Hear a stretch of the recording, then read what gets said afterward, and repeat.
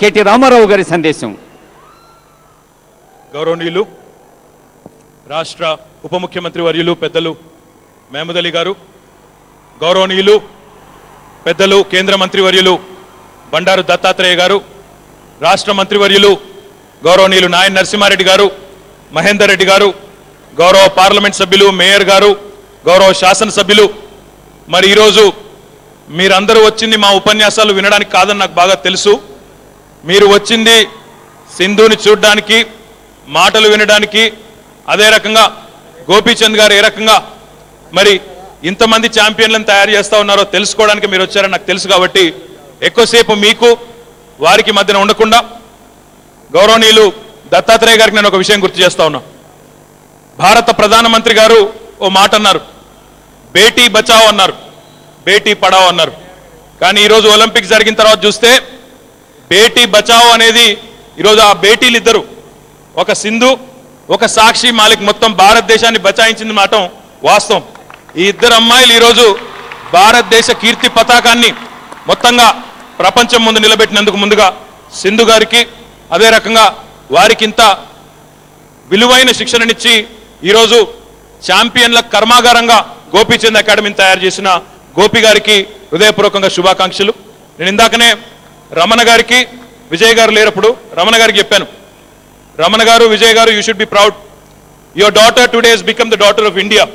మొత్తం భారతదేశం మొత్తం గర్వించే భారతదేశ పుత్రికగా ఈరోజు ఆ అమ్మాయికి ఎంతో, మీరు దీని వెనకాల ఎన్నో త్యాగాలు ఉంటాయి, ఎన్నో రకాల కష్టాలు ఉంటాయి, లేనిదే ఇంతవరకు ఎవరు కూడా రారు.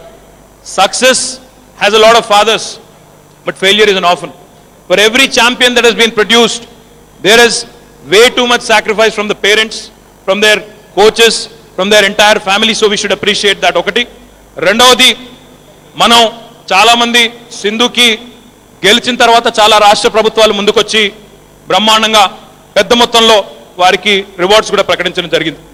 ఆ సందర్భంగా కొంతమంది మిత్రులు అన్నారు, మీరు గెలిచిన వాళ్ళకి రివార్డ్స్ ప్రకటించడం మాత్రమే కాకుండా భవిష్యత్తులో టోక్యోలో కానీ ఆ తర్వాత జరగబోయే ఒలింపిక్స్లో కానీ భారతదేశం నుండి ఛాంపియన్స్ రావాలంటే ఇప్పటి నుంచి ప్రణాళికలు రూపొందించండి.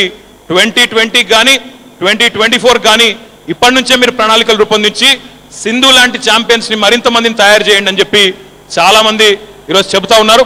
వారందరికీ నేను చెప్పేది ఒకటే, గోపి ఎప్పుడు కలిసినా చెప్తా ఉంటారు, ఫిజికల్ లిటరసీ మీద దృష్టి పెట్టండి, ఇంటర్నేషనల్ కోచెస్కి మరి మనం ఇక్కడ ఎక్కువ తీసుకురావాలి, మన పిల్లలకి ఎక్కువ ఎక్స్పోజర్ ఇవ్వాలి, వారి ప్రయాణం కానీ వారికి అయ్యే ఖర్చులు కానీ మొత్తం ఒక ఒలింపిక్సో లేకపోతే ఇంకొక పెద్ద గేమ్సో కాదు, వాటి సందర్భంగా కాకుండా మిగతా సందర్భాల్లో కూడా ప్రభుత్వాలు ముందుకు రావాలి, క్రీడలకు ప్రోత్సాహం ఇవ్వాలని చెప్తా ఉంటారు.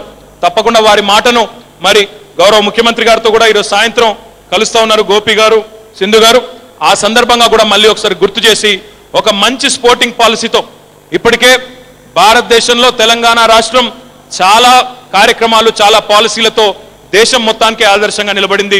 మన స్పోర్ట్స్ పాలసీ కూడా దేశం మొత్తానికి ఆదర్శంగా నిలబడే విధంగా మరి గోపి గారి సహకారంతో, ఇతర అర్జున అవార్డు విన్నర్స్ చాలా మంది ఉన్నారు స్టేజ్ మీద, వారందరి సహకారంతో తప్పకుండా తీరుస్తామని ఈరోజు నా టైం అయిపోయినట్టుంది, అందుకే మరి ఈరోజు మొత్తం దేశాన్ని కూడా గర్వపడే విధంగా మరి తనకంటే పెద్ద ర్యాంకర్స్ని, తనకంటే మరి బ్రహ్మాండమైన శిక్షణ, బ్రహ్మాండమైన అన్ని రకాల హంగులతో శిక్షణ పొందిన అమ్మాయిల్ని కూడా ఓడించి భారతదేశానికి ఈరోజు సిల్వర్ మెడల్ తీసుకొచ్చినందుకు సింధుకి హృదయపూర్వకంగా అభినందన తెలియజేస్తూ, మరి సింధు వెనకాల నిలబడి అక్కడ గోపి మంత్రాలు చదువుతా ఉన్నాడు. ఏం మంత్రాలు చదివాని అడిగాను నేను.